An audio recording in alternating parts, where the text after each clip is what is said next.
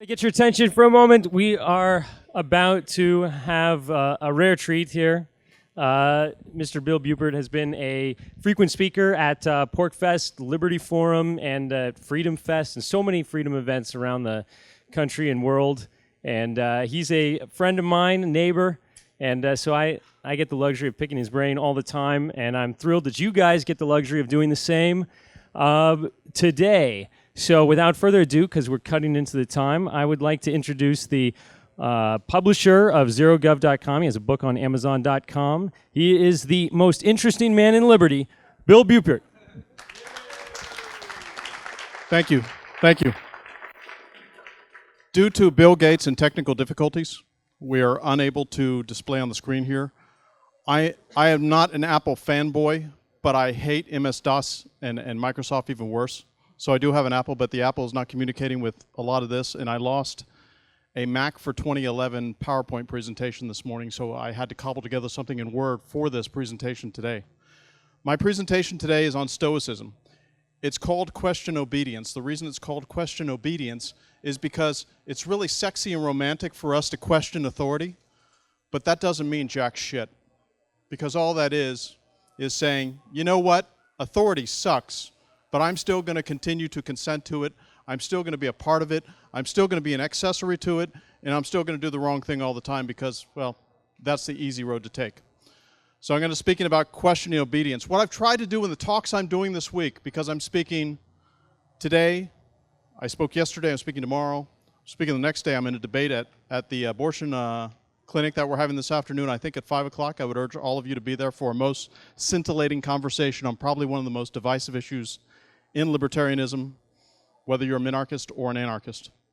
I speak to first principles because to me, I am a prepper like the previous panel that was up here, but to me, we've got to go back to basics, and I know that sounds like a hoary cliche and a canard, but it really isn't, because if we don't question the most basic things that motivate us to be the cogs and the collaborators that most of us have become over time, we are not going to defeat the main beast in this entire effort, which is anything beyond self-government. Those of you who attended my seminar yesterday, I talked about my road, my evolution. I run ZeroGov.com. I'm the founder and publisher. And what I'd like to do is I'm doing several projects. I'm writing 5 books in the next 2 years, 2.5 years. Ambition is cheap. Thank you for that. Ambition is cheap. My first 2 books this year is I'm writing a novel. I'm halfway through that. It goes to the editor on September 1st. I'm also writing the second book this year is going because I have a book on Amazon, as Robert mentioned. The second book is going to be a book on Lysander Spooner, all 6 volumes, 2,600 pages, elucidated and analyzed into one easy volume to pass to friends and family. As I tell my wife, if I sell 100 copies in my lifetime, I'll be fortunate. That's right. My second and third books next year will be an examination of 19th century abolitionism in the U.S. and its connection to today's abolitionist movement. By the way, yes, I am an anarchist, but I find that when I use the term anarchist among the usual suspects, which would be the Boboisian and the collectivist believers in the mainstream of society, not you guys here at PorcFest, people tend to fill their pants. Yet if I use the term abolitionist, people either they say, oh, that's right, or they get a quizzical curve to their brow. And they'll say, well, what the hell is that? To which I respond, I'm opposed to all forms of human slavery. Which parts do you support? So it really does put the ball in their court, where you're making people think on first principles. The fourth book is going to... What's that? Yes, I will.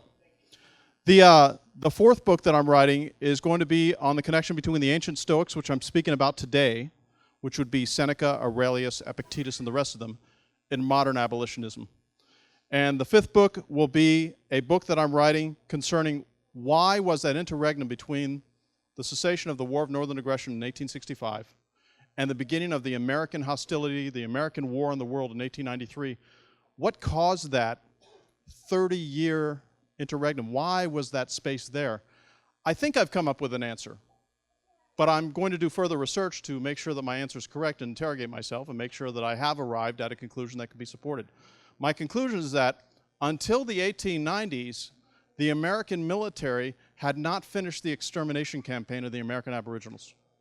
whether it was an extermination campaign or as a supposed treaty campaign, whatever the case may be, I'm going to examine that. So those are some of my research projects in the future. One of the things that I need from you guys, if possible, is please feel free to write me at zerogov.com or my email, which is thirdgun@hotmail.com. My wife is happy to pass out some contact information for you if you desire, either during this event or after the event. I'm very interested in evolution stories. I run a forum. On that forum, I have a subforum called Evolution, where we talk about how people came to be anarchist, abolitionist, minarchist, whatever your path may be. I'm a former Greenpeace volunteer in my teenage years. Yes, I was paralyzed in the head from the neck up after a skiing accident, so that's why I did that for a while. Then I became a conservative, then I became a libertarian, and over time, my mind got well, my soul got well, and I got to the right place, and that's where I stand right now. So what I'd like to do is now talk about question obedience, the first step to defeating authority, Stoicism and the new abolitionism. Does anybody here know what Stoicism is? John, you want to tell us in 5 words what it is? In 5 words, it's being stoic. Using the word classically, it's relying on yourself to answer all your own questions. That's a good start. A little more than 5. What's that? A little more than 5. A little more than 5. But in 350 BC, we had Sina and Zena, who started the Stoic school. It went through 250 AD, and there was Neo-Stoicism from about 200 to 850 AD, and now there's even a Neo-Stoicism movement in the 20th and 21st century in which they are looking back on Stoicism and taking a decision that, well, is this a practical philosophy? When I was an undergraduate, I was a philosophy major before I changed to political economy. I sort of regret not pursuing the philosophy major, but a lot of the philosophy that I was exposed to was absolutely impractical. It just had no practical use for me to use in this life or the next. So I asked myself, well, what is there a philosophy out there that really speaks to me? And Stoicism does. Stoicism speaks to a lot of people. As a matter of fact, does anybody here know of Henry Hazlitt? He wrote Economics in One Lesson. He wrote some great stuff on Stoicism and its impact on modern-day libertarianism. Wendy McElroy, anybody familiar with that name? She's written some terrific stuff on Stoicism. What Stoicism really comes down to is it's the first practical philosophy that tells everybody who owns Stoicism that you own yourself, that your span of control, your life, your character are measured by who you are every day, whether you wish to do good or ill. But for the most part, they were trying to have the joy of Stoic living by having happiness and achieving good. There are some famous passages that, Robert, where are you at? I'm going to ask Robert to read some passages because he's our resident thespian and he'll do a great job of doing it. I did have it up there on the screen, but he's going to read them, and they're quite interesting. But the point that I'm making is that if we were to examine Stoicism, you will discover that this whole libertarian notion of living without government, Lysander Spooner's notion of living without government in the 19th century, all of this is ancient. This goes back 2,500 years. Paul Rosenberg would tell us that this goes back 6,000 years, but we're only talking about Stoicism today. Stoicism is about span of control. Stoicism is about the finite time and resources that we have in our personal lives to say to ourselves, what are we going to do with our lives? Well, number one, we're going to have good character. So we're going to do a pop quiz here as far as movies are concerned. Has anybody here seen the movie Gladiator? Which character in Gladiator would be a Stoic? Anybody? What's that? See, most people say Maximus, and I think one can make the case, but Maximus's circus owner, I think it was his last acting role, as a matter of fact, Robert, the fellow who played the one who bought Maximus and brought him to Rome and such. He's the Stoic in that movie. Well, why is he the Stoic? He's the Stoic because, if you'll recall, in his grand denouement, his death scene inside that movie, he takes his hands and he puts them beside him just before he's going to have about 12 gladii plunged into his body, and he says, it's just dust and shadows. Because there's a famous Stoic, I think it was Seneca, who said, we are but a vessel of clay and a few quarts of blood. What he's saying, in its essence, is that we own our souls, but like Michael Collins told us in the 1920s during the Irish Revolution, the most valuable thing we have besides the good character that we bestow upon ourselves, our community, our friends and family, is our refusal. If this comes down to anything, this comes down to the right for you to refuse. This comes down, and Robert's going to read a couple of these passages, this comes down to where you say, you know what, emperor, king, president, whoever you are, you may think you can get my obedience, but you will quite literally get that obedience over my dead body. And that's the whole point of this, not to be morbid, but that this ownership has to ultimately rid you of all the fear that you have. Because fear, ultimately, is the mind killer. I would suggest to everybody in this room, and I suffer from the same degree of moral cowardice, lesser or more. I do things in this not free country called the USSA, not because I want to comply with the government, but I am fearful for the circumstances that I will suffer as an individual or the privations visited upon my family as a result of my behavior. So quite literally, I do live a life of fear. I hope that I'm not saying something that some of you wouldn't admit, but you know, I stand before you to tell you that I spent most of my adult life in the legions. I was in the armed forces.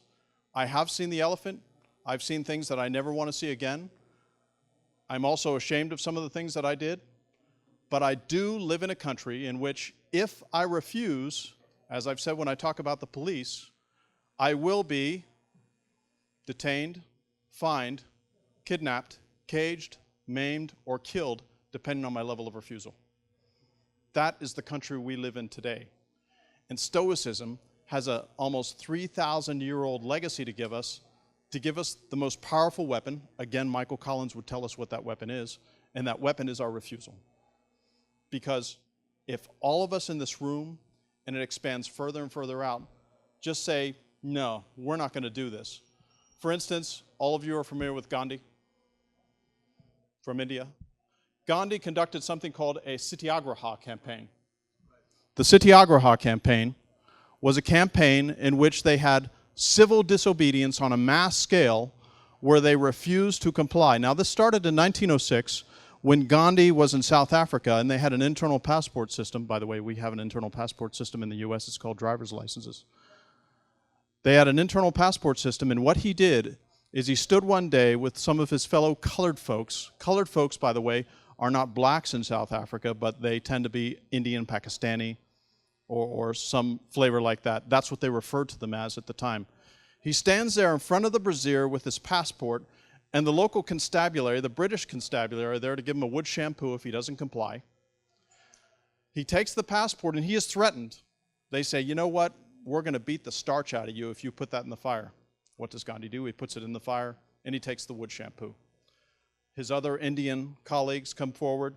They put it in the fire and get the wood shampoo.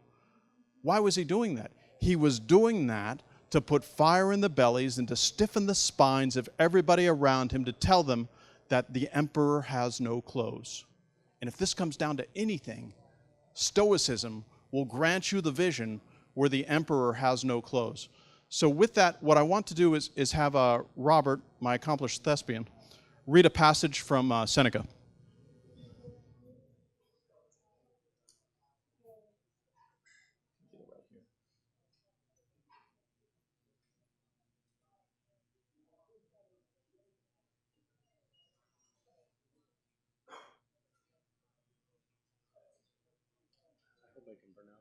You can.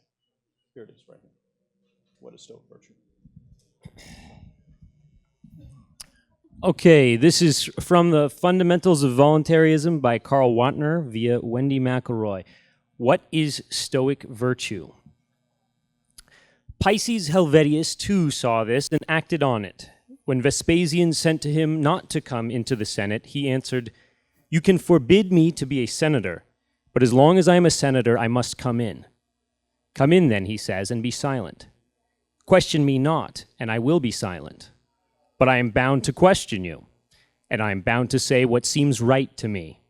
But if you say it, I shall kill you. When did I tell you that I was immortal? You will do your part, and I mine. It is yours to kill, mine to die without quailing, yours to banish, mine to go into exile without groaning."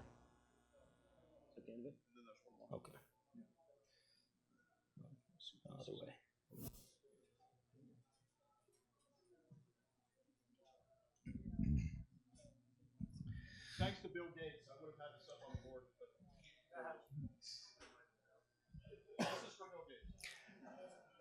But I can behead you. Well said. I forgot, of course, one ought to pay you worship as if you were fever or cholera, and raise an altar to you like the altar to fever in Rome. What are it, then, which disturbs and confounds the multitude? Is it the tyrant and his guards? Nay, God forbid. It is impossible for that which is free by nature to be disturbed or hindered by anything but itself. It is a man's own judgments which disturb him.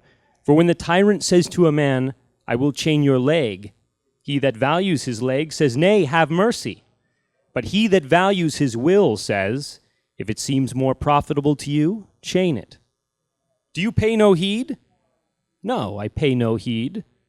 I will show you that I am master. How can you?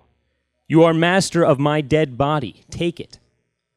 Do you mean that when you approach me, you pay no respect to me? No, I only pay respect to myself. If you wish me to say that I pay respect to you too, I tell you that I do so, but only as I pay respect to my water pot. Thanks, Robert. Thanks. Those are rather illustrative of the notions back then, but imagine this. Do a thought experiment. Picture yourself in a country where a lot of people go by this Stoic philosophy. A lot of people live, G. Gordon Liddy be damned, live by will in a different variant of what he would tell us it should be. They live by will, and they have this value where they say, you can do with my body what you wish, as Michael Collins said. You can send us to the Marne, you can put us in jail, you can put us in chains, but you can't take away our refusal. This was in 1920 when the Irish Revolution was blazing, and then 2 years later they got their relief from the UK when they were granted the Free State. To a certain extent, Michael Collins was a Stoic. But to a larger extent, what would happen to a country? As a matter of fact, what would happen to a politician if people didn't produce, if they didn't deliver, if they didn't obey? What would happen to all political structures if people just sat down and squatted and said, we're not agreeing to this, we're not doing it anymore? We've seen in the American Civil Rights Movement what happened. We've seen in the 19th century with the abolitionists. Although I would suggest to you that the abolitionists in the 19th century, William Lloyd Garrison, Frederick Douglass, and some of the rest, they asked the right question. Anybody listen to Dan Carlin podcasts? I love Dan Carlin's podcasts. He asks the right questions, but he always arrives at the wrong answers. He's really stuck in some kind of collectivist paradigm that has paralyzed his ability to think clearly. It's sort of like where I consider liberalism to be a form of intellectual drunkenness. You know, you're constantly tottering around and you can't quite apprehend what reality is, but you know what you want it to look like.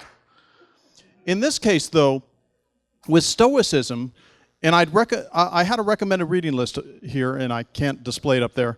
There's a book, I think it's by William Burns, called The Joy of Stoic Living, and it is on Amazon. Those of you who want to ask me about the book list, let me know.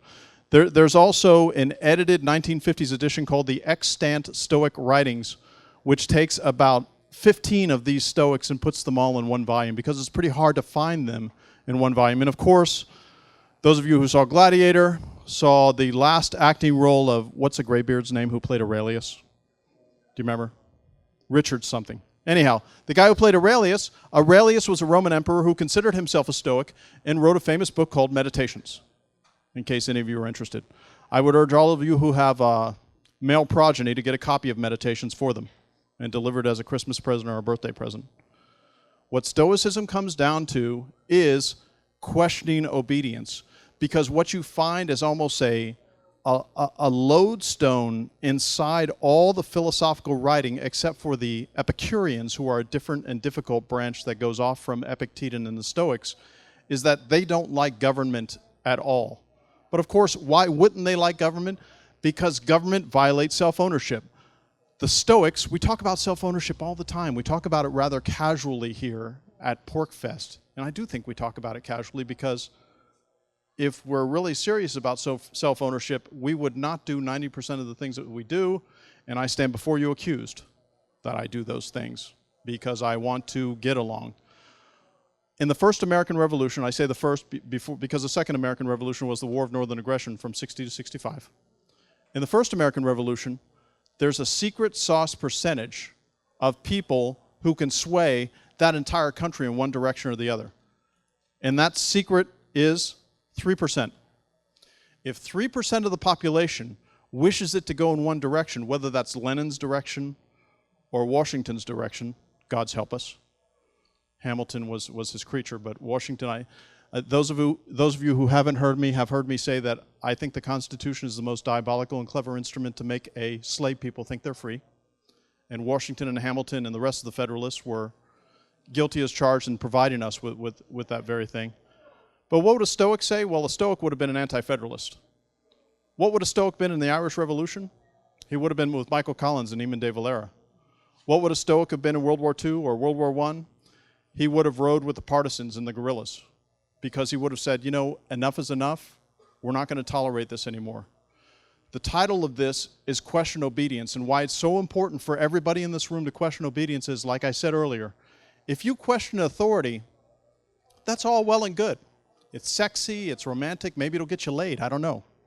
But if you question obedience, you're taking it a step further. Because what you're saying is, you're saying, you know what? Yeah, the authorities, the authoritae, as Ernie would tell us, the authoritae putting their thumb on us and all the rest of it, that's just some awful stuff. Man, what are we going to do about it? When you question obedience and you take a decision that you will no longer obey, you will no longer comply, you will no longer collaborate, you will no longer be an accessory to this major crime called government, you're taking a step that makes the question of questioning authority moot. Because it doesn't matter anymore, because you've taken out of the equation your compliance. If you take your compliance out of the equation, what does that leave the emperor with? Not much.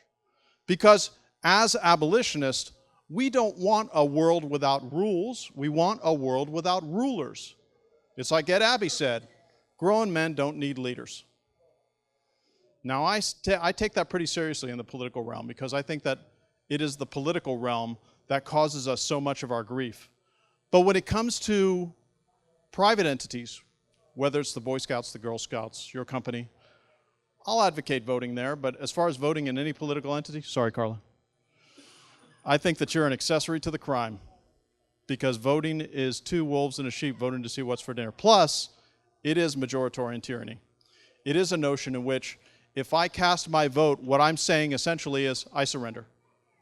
And whatever decision is taken as a result of this ballot, I will lay prostrate and do as you wish. And I don't think that's very manly or woe-manly to do that very thing. So Stoicism is about will.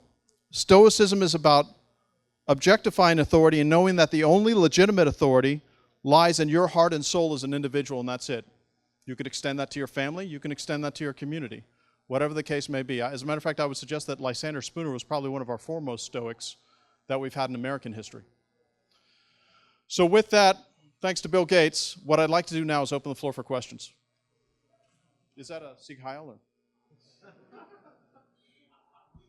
Yes? Yes? By the way, this is the way we used to pledge allegiance. Before the war to save Joseph Stalin, when this became unfashionable in America. Yeah, the question is about like one of your very last comments there. What do you say to somebody who says, I vote, but I'm going to do whatever I'm going to do anyways?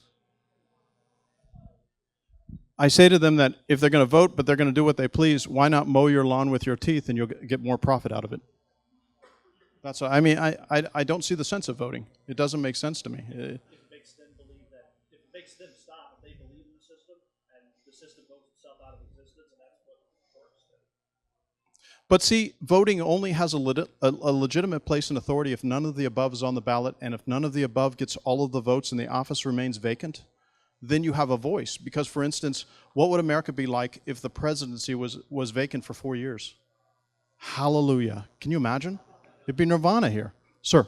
Yeah, I had a question. As for the voting being an accomplice to government, what about a vote for, say, what do you say about a vote for like a Ron Paul or a Gary Johnson candidate where it's maybe a compromise vote, some libertarians would call it?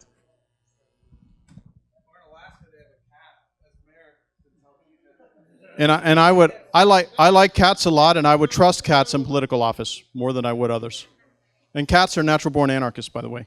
So you've got to appreciate their natural instincts. What I say to that is this. If you vote for Ron Paul or Gary Johnson or any of these other good people who get into office, they will direct you to do something.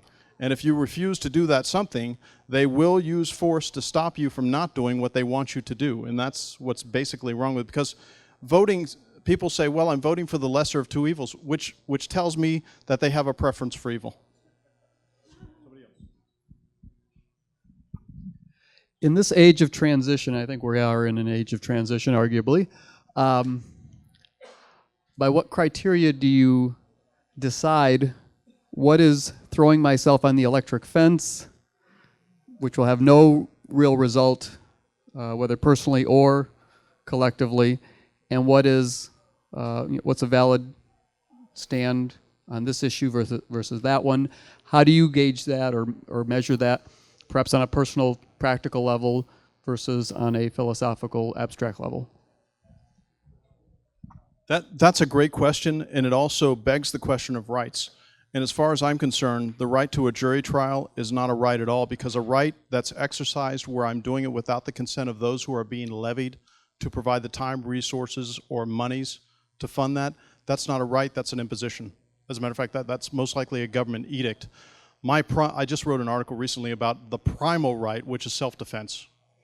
When you strip everything away, that is the right that we possess, is that unless you're a pacifist, which I think is a self-extinction event, if you are aggressed upon and you proportionally respond in a defensive manner, that may be one of the only rights that we have. For instance, do I have a right to eat? Well, I do, as long as I'm not stealing from other people. You know, we all know that the government must violate the Ten Commandments to behave every day the way it does. We all know that absent violence, the government will behave in exactly, well, wait, it can't behave, could it? It will stop behaving because it wouldn't exist. Because if it didn't have violence, nobody would live in fear. And if nobody lived in fear, the government couldn't do squat to you. You talked a little bit about Stoics. My understanding of Stoicism was that they were fairly neutral about what was happening in the world, and happiness basically is generated internally. That that I am in control of my own life and my own happiness, and whatever you do, but I still am will be in integrity. So I never saw it as an anti-government. I saw it as a kind of a pro-individual. Are you talking about something else about Stoicism where it actually had an external impetus?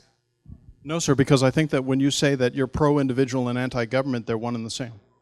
I think that if everybody were individuated, where they followed the non-aggression principle, government wouldn't have to exist and would find it very difficult to exist. And there's just a long stream when you look at it, from Seneca to Spooner to Collins and the rest of them, whether they are instinctual Stoics or practicing Stoics, as we saw from 300 to 250 AD, they tended to value the individual, as you say, but they also tended to value an honorable life in which their happiness was guaranteed by themselves because of span of control. And what span of control means to the Stoic is that world peace, world hunger, those are awful things. And a Stoic, for the most part, would say, yeah, so what? Because it's not within his control to do anything about that. Now, can a Stoic do anything about local hunger and local peace? He certainly could. But as far as world and global issues, probably not. And I think that Stoics, for the most part, have been ostracized by political agencies and entities because of the very viewpoint that I think you and I agree on. Anybody else? Come up here. Thank you, Doc. Thank you. Hey, what would you say about, because I know your views on voting, but what would you say to somebody who lives in a country where it's compulsory to vote? Well, I'd say that's a bloody tragedy. That's what I'd say.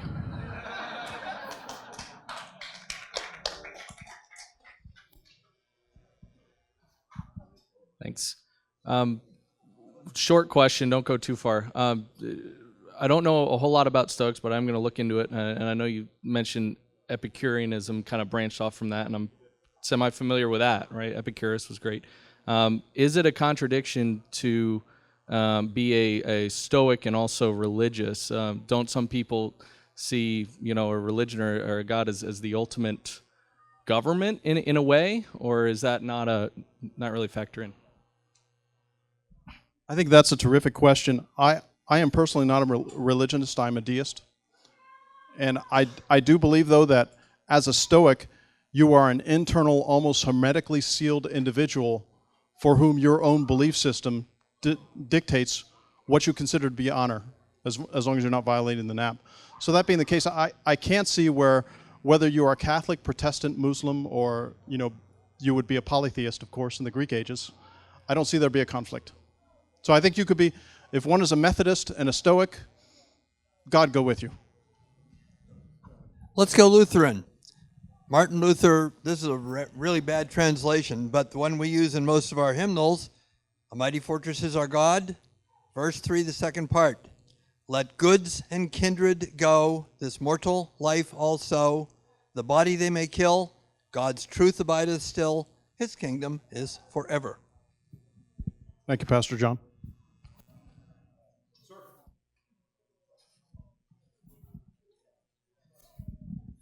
I'd like to address the individual who does have a concern about world hunger, and the solution to that is to just convince other individuals through persuasion to get together and support some type of solution to that, without incorporating coercion in any way.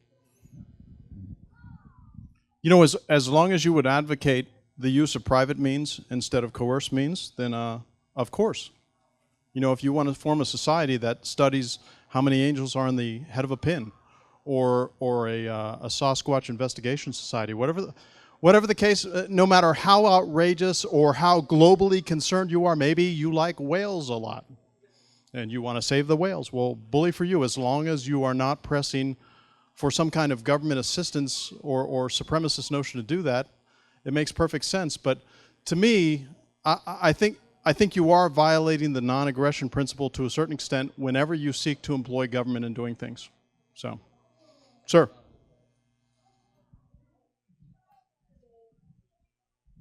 Bill, I'd like to agree with you and disagree with you on the voting issue. As far as voting for people, no. But in New Hampshire, we have warrant articles where taxes and whether you're going to pay future taxes come up. And I constantly ask people, my friends in here who say they are not going to vote down tax issues. I don't care, don't vote for anybody else on the ticket.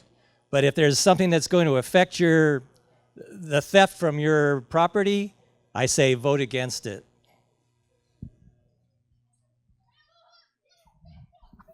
As a matter of fact, we do disagree, because here's what I'm convinced of what would happen. In 1791, when we had the Constitution, 3 years later, Washington is at the head of an army pursuing tax evaders.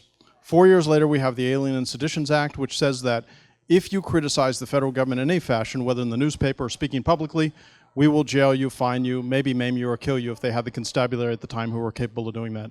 1803, we have Marbury versus Madison. And then, of course, the Constitution took off at light speed to rob us of every conceivable liberty and freedom that it could from 1803 until the present day. If, in 1791, they did not adopt Bupert's Constitution, which would read, "And Congress shall pass no law, period," end of parchment. But that's not going to happen. What they would do is they'd say, Congress shall be in charge of all the issuance of all specie. Or let's say, Congress shall be in charge of taxing documents.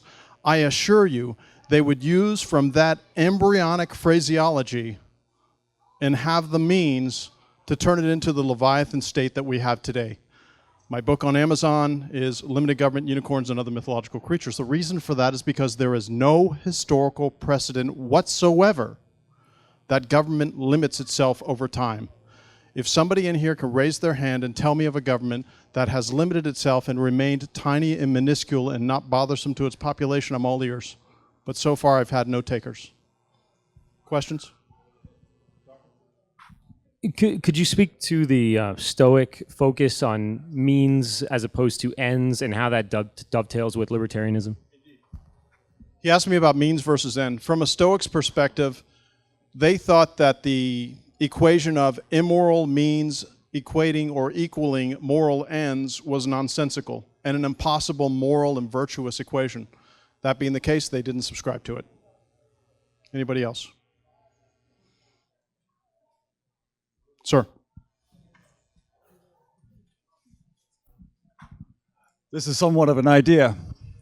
I somewhat agree with not voting. I'm Representative Mike Sylvia.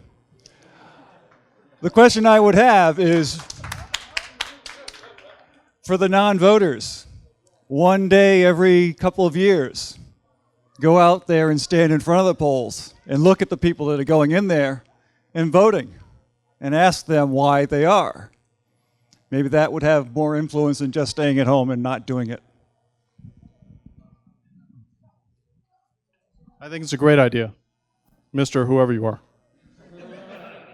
I will not call you by your honorific bestowed to you by the government supremacist. But thanks for doing what you do, whatever the hell it is. As far as your comment, I consider all voting to be a form of violence, because what happens is this in America, and there may be exceptions to this rule and I'm all ears for them. When my neighbors go pull that lever and I stay home and I mow my lawn with my teeth because I'm doing more productive things with my time, what they've done is they've pulled a lever and they've said, you know what, I don't want this tax increase to happen, but if the tax increase happens, I'm going to pay it. As a matter of fact, not only will they pay it, but if their master's not around with their leash around their neck, they're going to put their leash in their mouth and they're going to go to their master and beg for supplication and instruction. Sir. That's why I specifically said if someone is non-compliant. So they vote, but they're only doing it with the hope that they're going to be left alone, but they're still going to not do it anyways. They just want to be left alone, you know, right? Are you awake?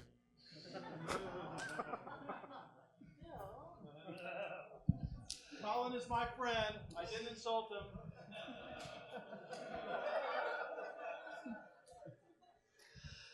Being that we have kind of a push toward world government, or at least with the internet and the communication, do you think it's going to be possible for a section of the earth to be free, or will it necessarily require the whole world to be free? That's a great question, because most people, unfortunately, don't want to be free. But there's places around the country, in the Horn of Africa, a place called Zomia, which is about 2.5 million square kilometer massif, that goes over 6 countries in Southeast Asia. There's Antarctica. There's mountainous regions.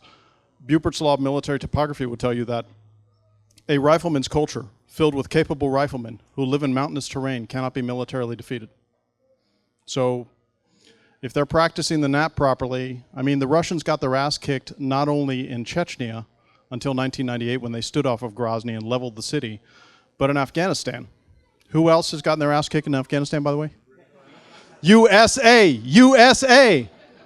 Yes, they have. And Iraq. The British got their ass kicked twice. Yeah.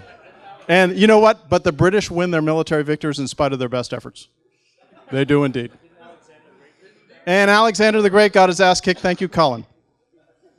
Anybody else? Questions? I had to truncate this thing rather short because the other session moved in. Over. So I didn't quite understand your answer. Did you end up saying Stoics do not believe that the ends justify the means? Okay, thank you. So to clarify, the Stoics do not believe in the impossible equation that immoral means can equate to moral ends. And if you think that it can, I think you should join the police force. With that, today at 1700, 5 o'clock, for those of you who aren't European, isn't that continental, Nigel? Right. At 5 o'clock today, I am on the PorcFest abortion clinic. We are debating abortion, the most divisive issue in libertarianism, I think. Tomorrow at 11 o'clock, I'm talking about police state USSA. And on Saturday from 9 to 1 o'clock, I'm doing a 4-hour half-day seminar in irregular warfare, history and practice. I think you will find it scintillating if you attend. So with that, thank you.